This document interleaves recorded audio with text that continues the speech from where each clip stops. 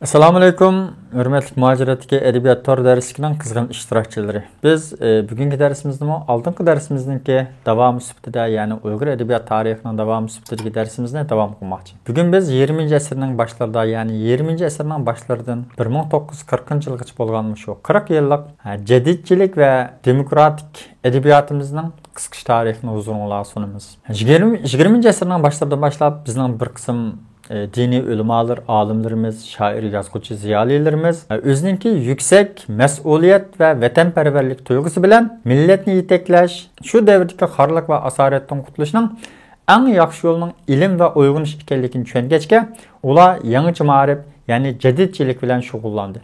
Ular bir tarafdan maktab açsa, yana bir tarafdan o'zining yolqinlik asarlarini yozish orqali, yana bir tarafdan gazet chiqarish orqali millatga bo'lgan o'ziniki majburiyatlarni o'tadi ve milletning uyg'unish uchun o'zining issiq qonlari bilan bedel to'ldi. Mohiyatda 1900-yildan 1940-yilgacha bo'lgan edebiyotimiz bizningki bir sheyitlik edebiyotimizdir. Bizning jadidchilik edebiyotimizdir. Bu davrdagi yozuvchi shoirlarimizning ko'pinchisi shu davrlarda qatl qilindi. Ular xalqni uyg'otish badliga yozgan yolqinlik asarlari bilan, ochgan yangi zamonaviy maktablar bilan va chiqargan gazetlar bilan bizningki edebiyot tariximizdan emas, uyg'unish ve milli anımızın, milletçilik tuyg'umuzningki yetilishidimi nihoyat zo'r ahamiyatga ega shaxslardir. Bu shaxslarning beshida eng beshidagiligi bo'lsa, Abduqodir Domollamdir. Abduqodir Domollam 1862-yili Atushning mashhati tug'ilgan bo'lib, ayni davrda xalq madrasasida o'qigan, keyin Buxoroga borib ilm tahsil qilgan. Va Buxorodagi tahsilni tugatgandan keyin Qashqarga qaytib kelib bo'lsa, xalq madrasasida mudarrislik qilish bilan birga ayni davrdagi jadidchilik, ya'ni yangi millat uqumininki Uyg'urlar orasiga yeyilishiga, sing'ishiga ve zamonaviy ma'rifimizning shakllanishiga nihoyat zo'r to'hfa qo'shgan bizningki hem diniy ulamo olimimiz, hem 20-asrdagi mutafakkirimiz, hem bizning 20-asrdagi eng munavvar ziyoli farzandimizdir. Abduqodir Damolla o'zininki yozgan Mitaful adab, ya'ni adablarning ochquchi, nasihat amma qatorliq bir turkum xalqqa xitob qilgan asarlardan boshqa, yani şu davrlarning universitetleri, oliy maktablari hisoblangan Qashqar madrasalarida yangi bir turkum logika, grammatika, tarix qatorliq mushu pallarga asos solgan yangi bir turkum darslarni ta'sis qilgan. Abduqodir Domollamninki xalq ichidagi kundan kunga eshayotgan inovati va millatni yetaklashdagi mislsiz roli albatta u davrlardagi Xitoy hokimiyatini nihoyat bearam qilgandi. Shunglashqa 1924-yili Xitoylarninki planlashi bilan Uyg'urlarning qasd qilishi bilan 1924-yili Abduqodir Domollam Qashqarda shehid qilindi. Abduqodir Domollam o'zining qisqa hayotini Uyg'urlarninki milliy angining uyg'onishi, ma'rif jihati yuksalishi, bir butun millat sifatida islohot qilinish qatorliq mushundaq ulug'vor ishlarga atagan bizning 20-asrdagi eng cho'ng islohotchimiz, diniy ustozimiz ve milletperver ulemamızdır. Abduqodir Domollamga o'xshash 20-asrdagi Uyg'urlarning yana bir munavvar farzand bo'lsa, hech shubsiz Qutlug' Shavqidir. Qutlug' Shavqi 1876-yili Qashqarda tug'ilgan bo'lib, o'zininki Qashqarda dastlabki ma'lumotlarni Qashqarda olgandan keyin Buxoroga, undan keyin Misrga borib o'qigan. Misrdagi Al-Azhar universiteti o'qigandan keyin u yerda yana Istanbulga kelib, yana bir mazgil ta'lim olgandan keyin Qashqarga qaytib kelgan va Qashqarga kelib tunji qatam bizning vatanda 1918-yili Qashqarda Ong degan bir gazetni chiqargan. Qutlug' Shavqininki Uyg'ur madaniyat va Uyg'ur edebiyot tarixida mushu tunji qatim gazet chiqarganlik va o'zininki mushu Uyg'urlarning madaniy aqotish ishlariga bag'ishlaganlikdek bir pidokon ruhi bilan alohida o'rin turdi. Qutlug' Shavqi 1918-yil Qashqarda Ong degan gazetni chiqargan bo'lsa, 1930-yil kelganda Yangi hayot nomli gazetni chiqargan. Meyli Angizit olsun, meyli Yangi hayot gazeti olsun, şu devrdeki Uyg'urlarning ma'naviy turmushida intayin muhim o'rin turgan birdan bir axborot vositalaridan biri edi. Qutlug' Shavqi o'zininki hayotida garchi Uyg'urlarninki ma'rifatchilik, nashriyatchilik ishlariga boshlamchilik qilgan bo'lsa-mu, yana bir tarafdan intayin yaxshi asarlarni yozgan. Gar Xudo bersa qilich kastab uningga buyursam, o'z xalqim bo'ynidan qulluq kishan zanjirini, gar xarabkan elvatan kallamni uzsun o qilich, ko'rmasin Shavqi ko'zi qulluqda el taqdirini degandek mushundaq o'tliq misralari bilan xalqimizni bir tarafdan uyg'otishga, gazet orqali tarbiyalashtirishgan bo'lsa, yana bir tarafdan o'zining yolqinlik misralari orqali uyg'otishtirishgan.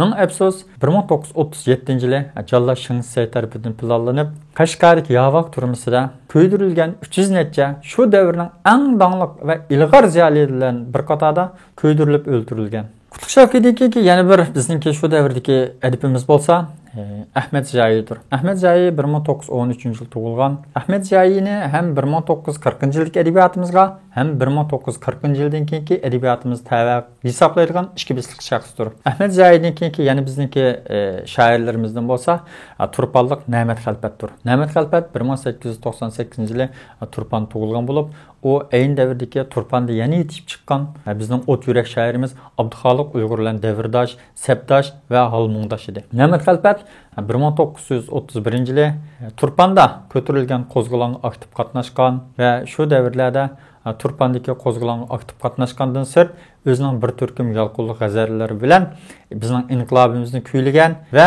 vatanimiz va millatimiz xalqimiz oldida o'zining bir kishilik ham diniy hem edebi talant orqali xizmat qilgan bizning munavvar farzandimizdir. Gerçi Ne'mat Xalpatning yozgan asarlari kunimizgacha mustaqil holda bir to'plam bo'lib chiqmagan bo'lsa-mu, 1982-yili tuzilgan boshqa shoirlar bilan birlikda tuzilgan Güdük nomli birlashma to'plamda bir turkum she'rlar mavjuddir.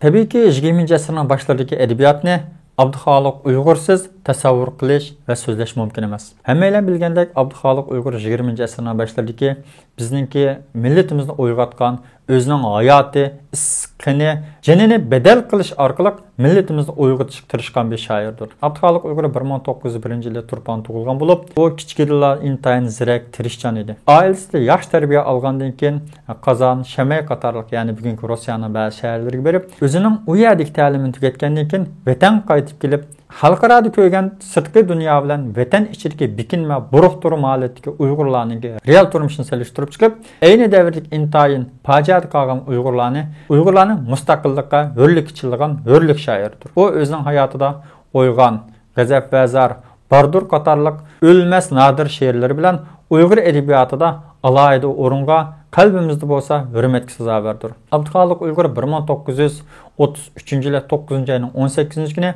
Jallod Shingsayninki planlashi bilan Turpanda qatliam qilingan. Abduxoliq Uyg'urning she'rlari keyingi davrlarda Abduxoliq Uyg'ur she'rlari nomida to'plam qilib chiqildi.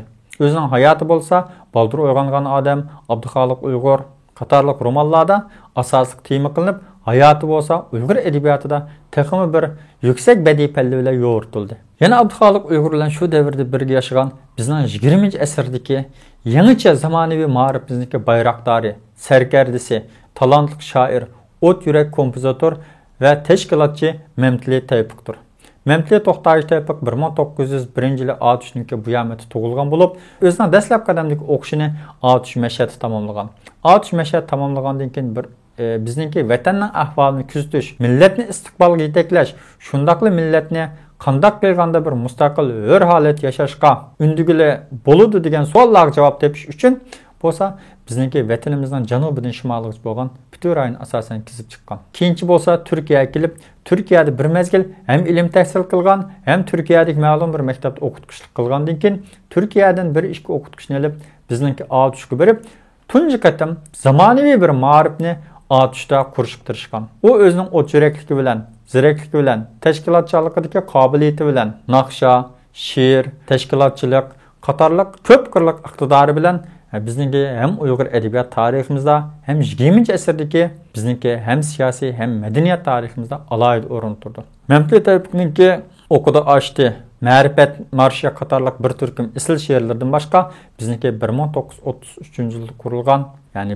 bugun bizning aytib kelayotgan asli 1930-yilda aytilgan Istiqlol marshimizning avtorimi dal shu Mamtli Taypiqdir. Mamtli Taypiqmi 1937-yili Qutlug' Shavkat qatorliq ayni davrdagi Uyg'urlarning bir turkum eng munavvar ziyolilari bilan birga Qashqardagi yovog' turmuslar echinishli holda ko'ydirilib o'ldirilgan. 20-asrdagi boshlaridagi adabiyotimizdagi yana intayin muhim adiblarimizdan, shoirlarimizdan biri bo'lsa, hech shubhasiz Lutfullo Mutallibdir. 1922-yilda G'ulja tug'ilgan bo'lib, 1945-yili Oqsuvda ayni davrdagi Gomindan hokimiyati tarafidan intayin echinishli holda o'ldirilgan bizning o't yurak, vatanparvar bir shoirimiz. Lutfullo Mutallib mayli she'r yozish talanti bilan, mayli rassomlik, dramaturglik, sahna asarlari yozish, vaqti kelganda rol o'ynash qatorliq o'ziniki ko'p xil mahoratlik, iqtidorli bir hayoti bilan Gerçi aran 33 yıl yaşagan bolsa-mı, Uyghur edebiyatyga ta'sir ko'rsatgidek bir türküm isil şiirlarni yazıp çıktı. Bularning ichidagi eng mashhur şiir bolsa,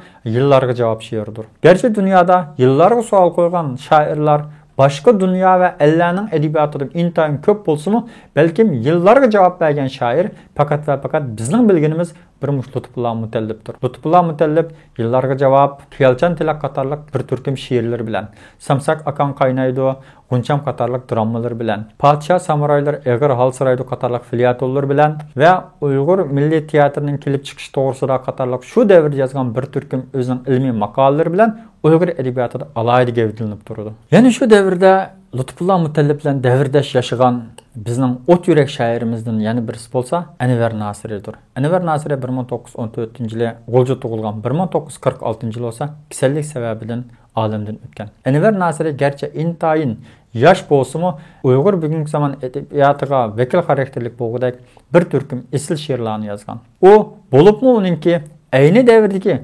Xitoyning Gomindang turmusida intayin dahshatli qiyin qistaqlarni boshdan kechirgan Uyg'urlar uchun turma tomlarini titirtib turib yozgan Ajal oldida degan mashhur she'ri uning eng vakil karakterlik asaridir. Aqargan yuz, kıyilgan qash, quyilgan yosh, kesilgan bosh, cho'lgan chash, to'kilgan qon. Titilgan tan, turilgan mush, kirishgan chish, bitmas g'azab izi bo'lib chiqdi bu jon.